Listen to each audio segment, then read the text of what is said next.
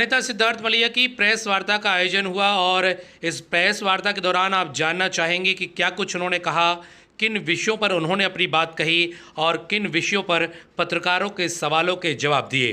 तो आपको सुनाते हैं पूरी प्रेस वार्ता का वह वीडियो जिसमें उन्होंने विभिन्न विषयों पर अपनी बात कही, सवालों के जवाब दिए।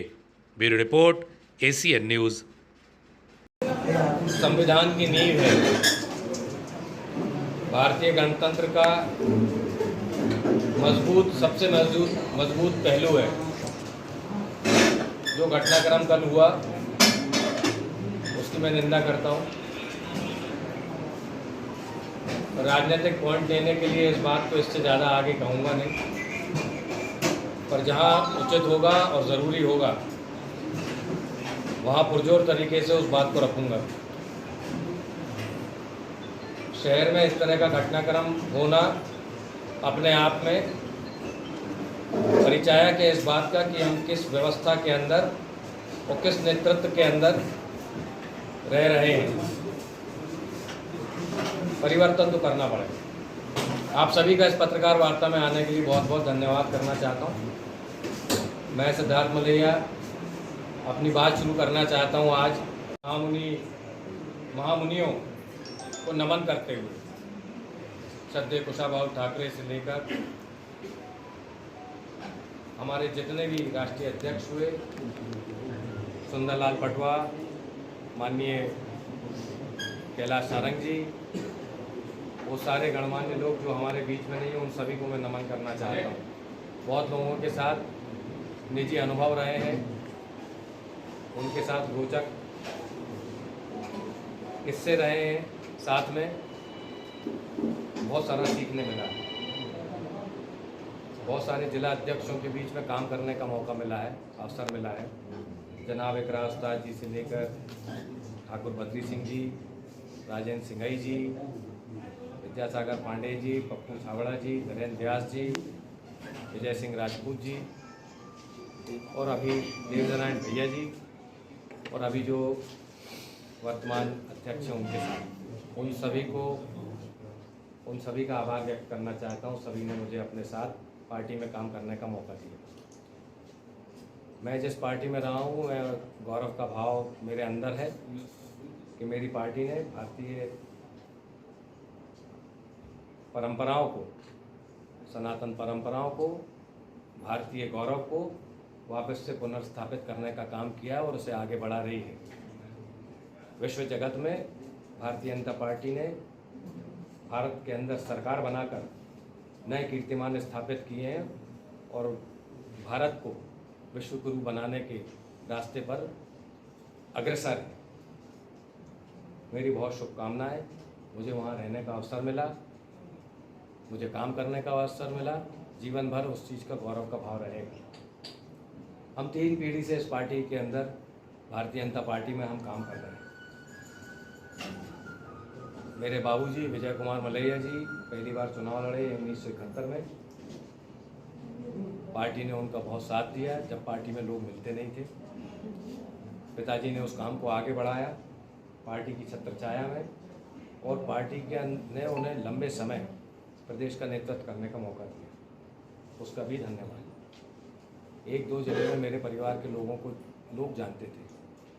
पार्टी के कारण पूरे प्रदेश में नाम को लोग जानते हैं, पार्टी के कारण। इसमें कोई किंतु परंतु नहीं। पूरी शक्ति के साथ, पूरे समर्पण के साथ बाबूजी ने, पिताजी ने, माँ ने काम किया। हमारे एक और छोटे दादाजी महेंद्र कुमार मलैया जी सागर में जिला अध्यक्ष रहे।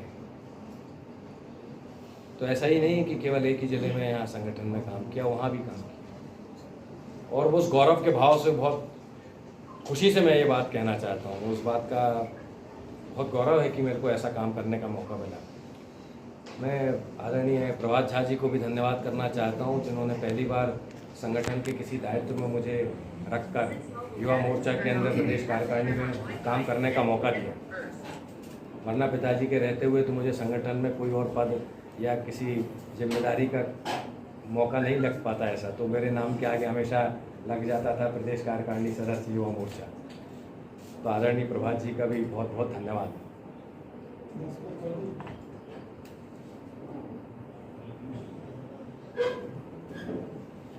पिछले उपचुनाव में जो घटनाक्रम हुआ वो सब आपके सामने है। तो कुछ बातें मैं जो प्रदेश के साथी कार्यकर्ता हैं भारतीय जनता पार्टी के, उनको मैं कहना चाहता हूँ, विनम्रता से कहना चाहता हूँ, आग्रह से कहना चाहता हूँ, और मैं सफाई दे रहा हूँ, और सफाई में अपने पिता की दे रहा हूँ। जयंत मलैया जी आदर्श कार्यकर्ता है, उन्होंने पार्टी के साथ कभी गद्दारी नहीं की। विपरीत परिस्थितियों में जब उमा भारती जी चुनाव लड़ रही थी, उपचुनाव बड़ा मलेरा का, और जब बड़े बड़े लोग पीछे हट रहे थे अंदरूनी तौर से, तब वो छाती अड़ा के वहाँ पर खड़े थे पार्टी के साथ, ये जानते हुए कि उनकी जाति के लोग यहाँ पर बहुत ज़्यादा है। उसके बाद तो ये सारे भारतीय जनता पार्टी के कार्यकर्ता ये बात याद रखें। जब प्रहलाद पटेल जी को चुनाव लड़ना था, उपचुनाव दस्सू भैया का 2004 और 5 में, जब उन्हें टिकट दी गई, टिकट देने वाले थे, और उसके बाद भारतीय जनता पार्टी ने निर्णय बदला, तब भारतीय जनता पार्टी का दमोह का कार्यकर्ता वहां जाके चुनाव लड़ा। विपरीत परिस्थितियों में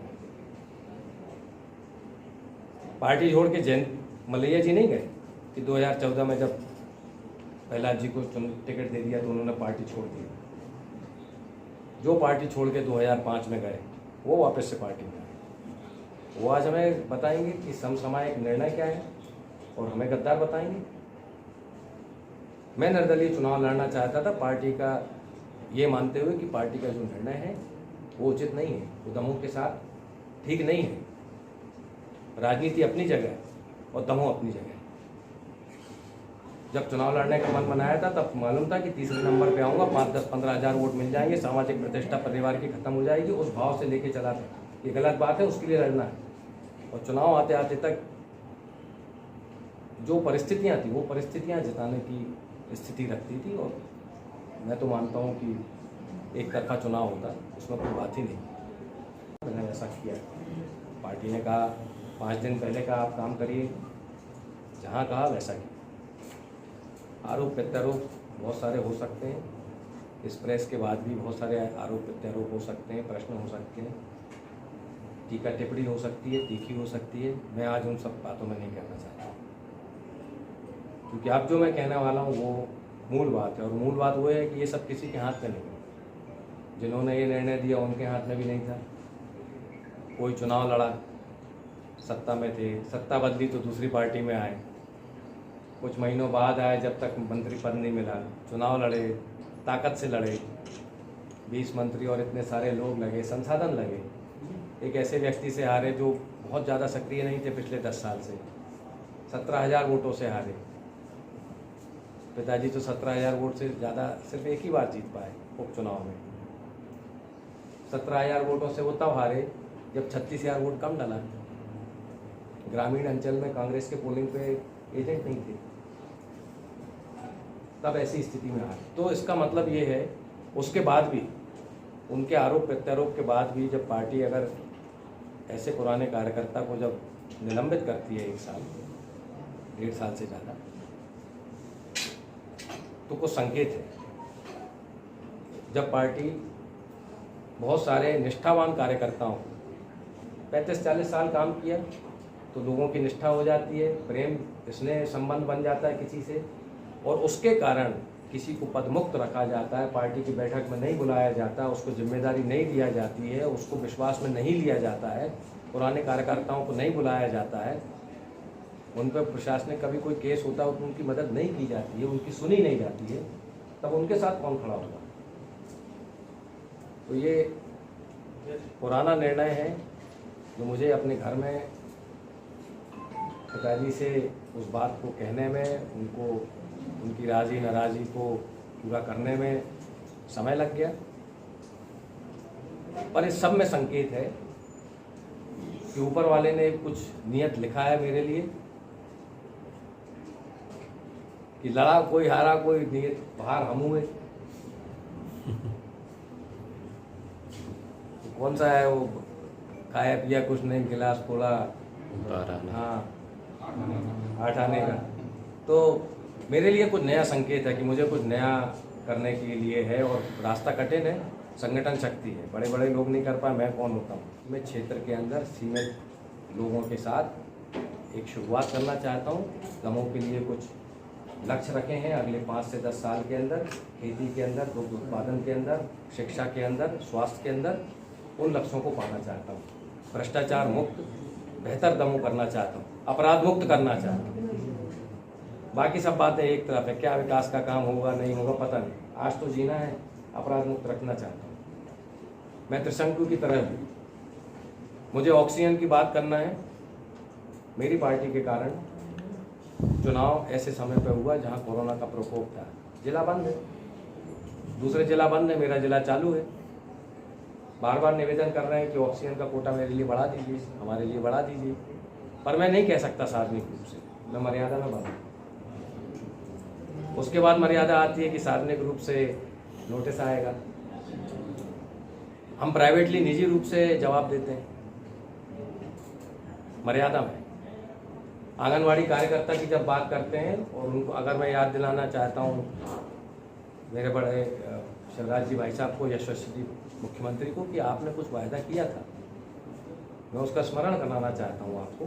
अभी नहीं तो थोड़े समय बाद उन बातों पर ध्यान हो, तो मैं सार्वजनिक रूप से नहीं कह सकता, ये त्रिशंकु हूँ, मैं बीच में अटका हूँ। 1,78,000 एकड़ का सिंचित रकबा मेरे जिले का होना है। 1.5 से 3 साल लेट ये योजनाएं चल रही हैं, कोई धोरी धनी नहीं है।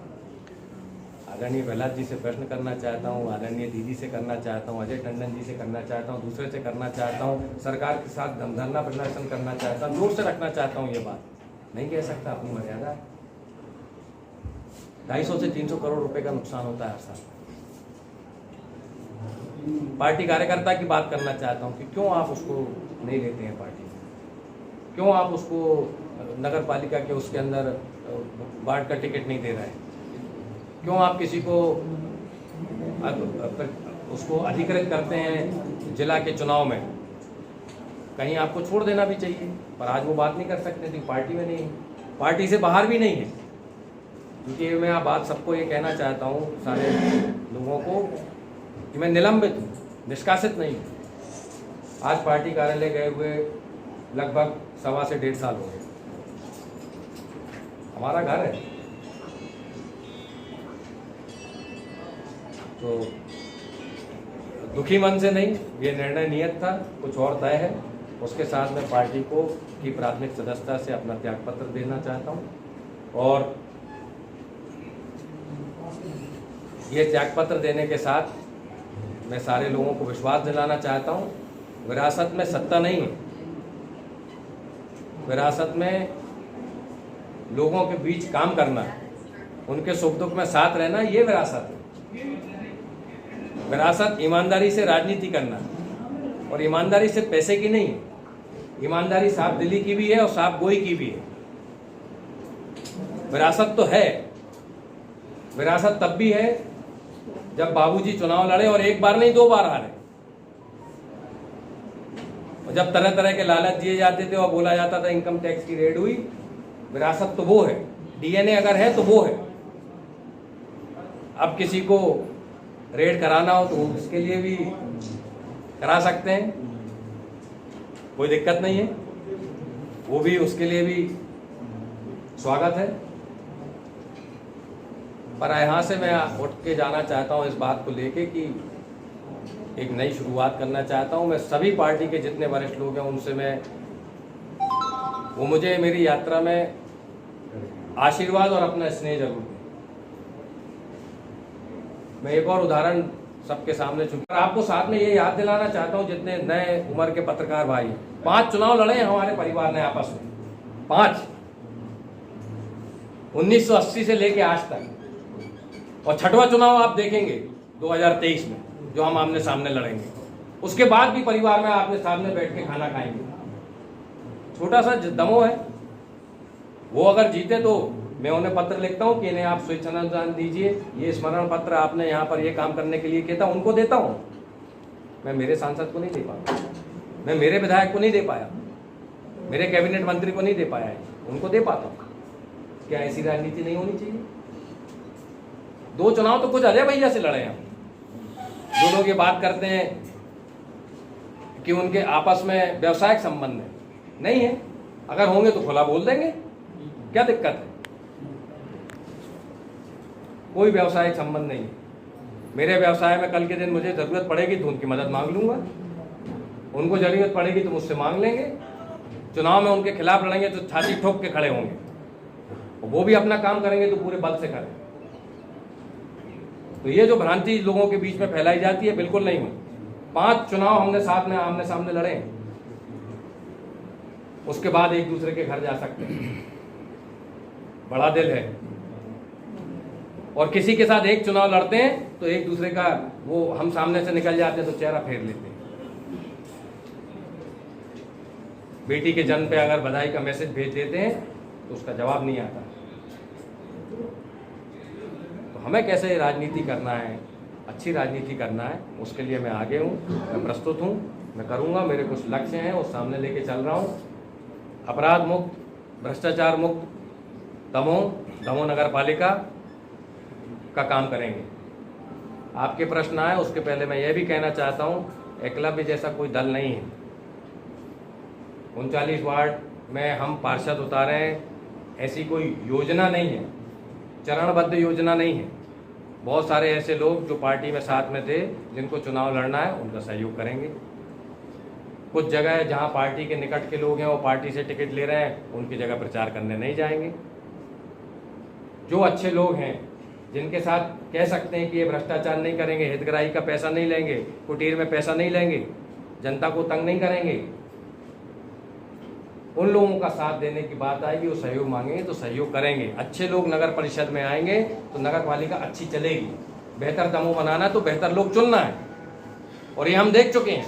28 साल कोई हमारे साथ था, हमने उसको पलट के देखा। हमारे एक निर्णय ने पूरी राजनीति बदल दी दमोह की।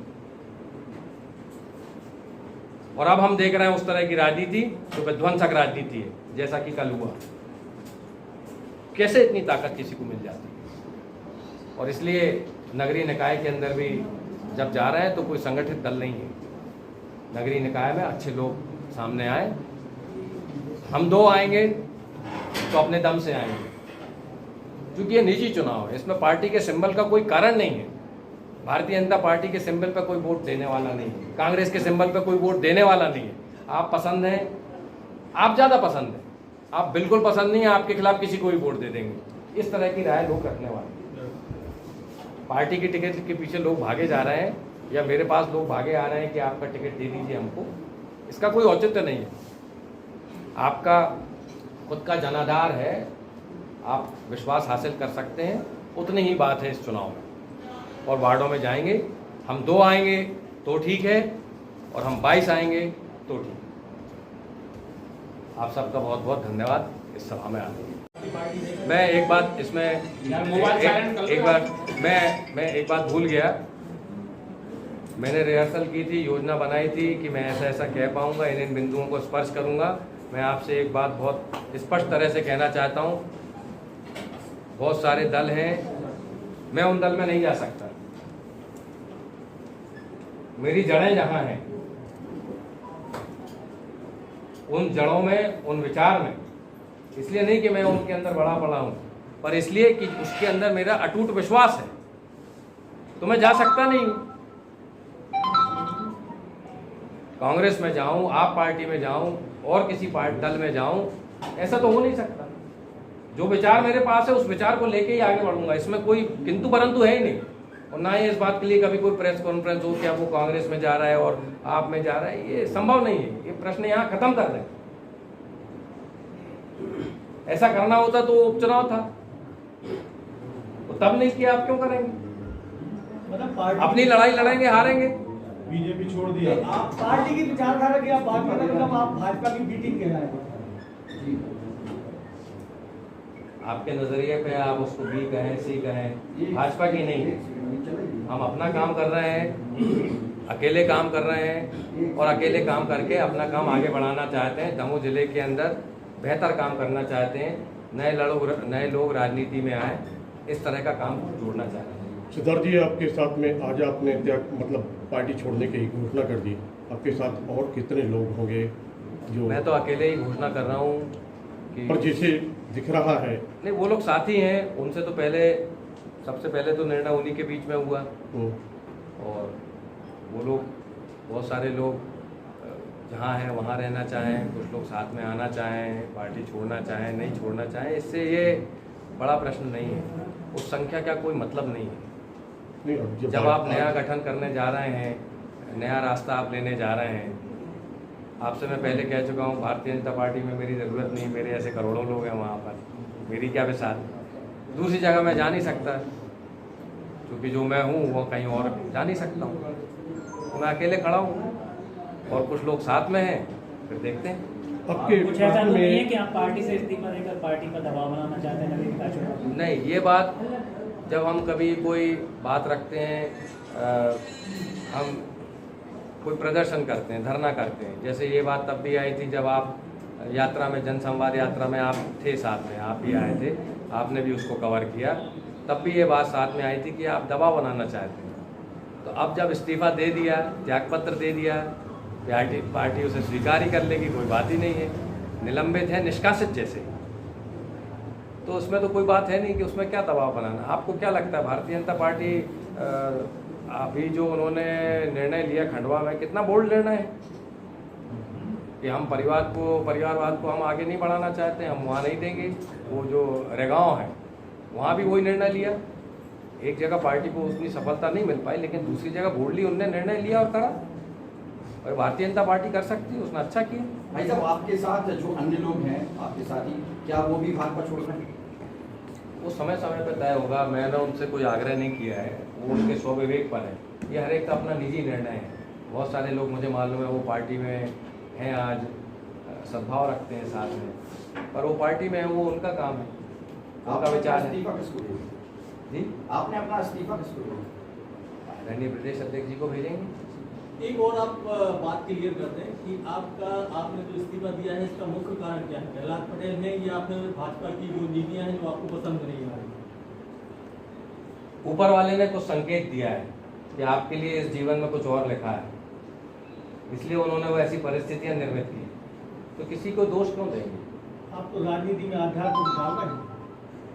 राजनीति और अध्यात्म अलग अलग कहाँ है? आप भी तो हमेशा वैसे ही प्रश्न करते हैं, राजनीतिक प्रश्न होता है, आध्यात्मिक फुट होता है, ये तो राजनीति अध्यात्म अलग अलग कहाँ से हो सकता है? हिंदू दर्शन के अंदर हिंदू दर्शन के अंदर जब हम राजनीति की बात करते हैं, राजनीति जब करते हैं भारत में, तो धर्म अध्यात्म अलग अलग कहाँ हो सकता है? हमने तो देखा है जो ग्रह संत हैं वो राजनीति में है, दोबारा चुन के जनता के बीच में आते हैं, जिन्होंने ब्रह्मचर्य का व्रत लिया वो राजनीति में रह के काम करते हैं, उनकी दिनचर्या एक सन्यासी की तरह होती है, जन कल्याणकारी काम कर रहे हैं। हमारे यहाँ तो इसकी परंपरा है। चुनावी समय में आपने अचानक पार्टी छोड़ने का निर्णय ले लिया, निश्चित इससे नुकसान होगा, तो स्थानीय नेता है उनका गुस्सा भी आपको झेलना पड़ सकता है, क्या कहना है इस बात? ऐसा है?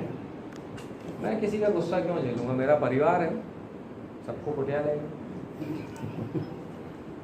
और आपके इस निर्णय से आपके पिता जयंत मलिया जी कितने मतलब वो है समर्थन में? मैं मानता हूँ कि वो मेरे साथ मेरे निर्णय में रहेंगे। उनको बहुत समय लगा उस चीज़ को कहने में, दुखी हैं इस बात से। वो तो चाहते थे कि मैं पार्टी में वापस जाऊँ, एक दो जगह शायद उन्होंने बात भी की, मेरी उस बात बारे में उनसे किचकिच भी हुई कि क्यों मेरे लिए आप बात करते हो। मैं नहीं चाहता मेरे पिताजी मेरे लिए किसी से बात करें। उन्होंने बात की कुछ महीनों पहले और मेरे को उस बात का बड़ा दुख हुआ कि आप क्यों मेरे लिए बात करते हैं, आपका क्या कद है, आपने पार्टी में क्या काम किया है और आप अपने मेरे लिए क्यों बात करेंगे? तो क्यों करना चाहिए? और वो पुराने तरीके के व्यक्ति हैं, उनको लगता है हम 2 पीढ़ी 3 पीढ़ी पार्टी में रहें तो वहीं रह के काम करें। उनको लगता है कि जीत ही शायद सब कुछ है। मुझे नहीं लगता ऐसा। जहाँ अभी खड़ा हूँ उससे पीछे तो नहीं जा सकता। आप लोग मेरे बुलावे पे चुनाव हार जाऊंगा, 3रे 4थे 5वें नंबर आऊँगा, जमानत जब्त हो जाएगी, बुलाऊंगा, नहीं आओगे क्या? आओगे। मेरे सुख दुख में आप साथ में खड़े रहोगे, आपके सुख दुख में मैं साथ में खड़े रहूँगा, तो ये कोई बड़ा विषय नहीं है। ऐसा पुराने लोगों को ज़रूर लगता है, उनको लगता है परिवार बना रहे, पर भगवान ने तय किया था मेरे को इस रास्ते पे, तो अब मैं ऐसे चल रहा हूँ। मेरी टीम से नहीं है ये, तो समय समय पर जहाँ पर जैसे लोग जो आके अपनी बातें कर रहे हैं, कुछ जगह तो हम जा भी नहीं पा रहे हैं, क्योंकि एक से ज़्यादा लोग, 2-3 से ज़्यादा लोग जो है सारे निकट के लोग हैं, तो उसमें से उनके ऊपर है, वो जो बेहतर व्यक्ति है चुन के आ जाए, कोई बात नहीं। तो इसलिए ऐसा कोई गिनती नहीं है उसकी। जैसा कि मैंने आपको बताया, कोई चरणबद्ध योजना नहीं थी, इसकी चर्चा बहुत समय से लगी हुई थी, सोशल मीडिया पे कुछ लगा हुआ था।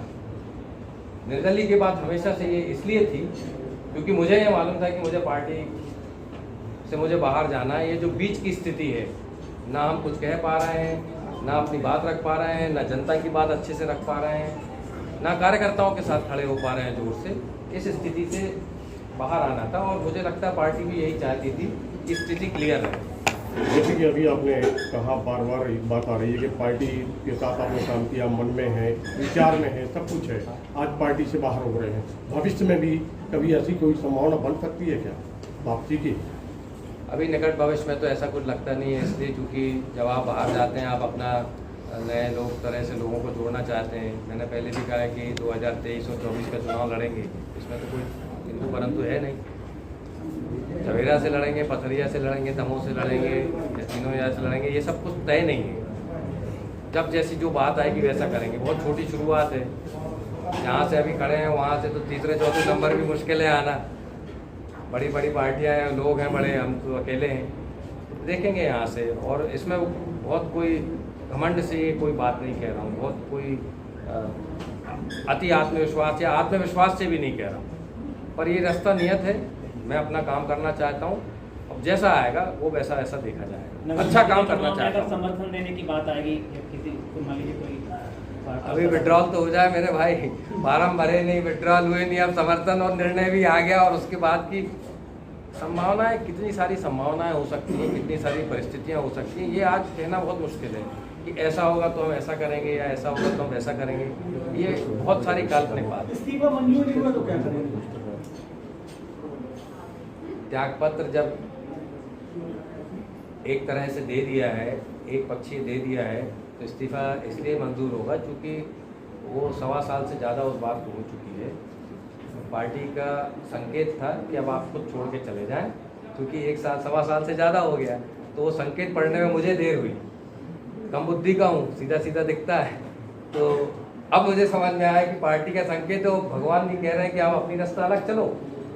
तो आप पार्टी दशरथ मांझी प्रेरणा का केंद्र है, उनकी कहानी प्रेरणा देती है।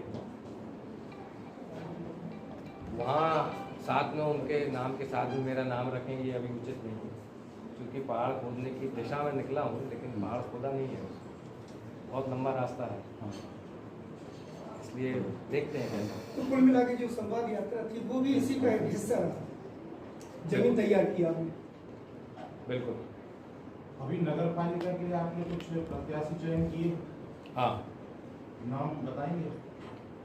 वो अभी हमारी रणनीति का हिस्सा है कि वो उजागर नहीं कर संख्या बता सकते हैं? कितने चुने? ये भी नहीं कह सकते, कितने चुने ये भी नहीं पता। अभी नहीं बता सकते, अभी नहीं बता सकते। आपके साथ जो अभी साथी बैठे हुए हैं, तो क्या ये भी भाजपा की सदस्य इस्तीफा देंगे?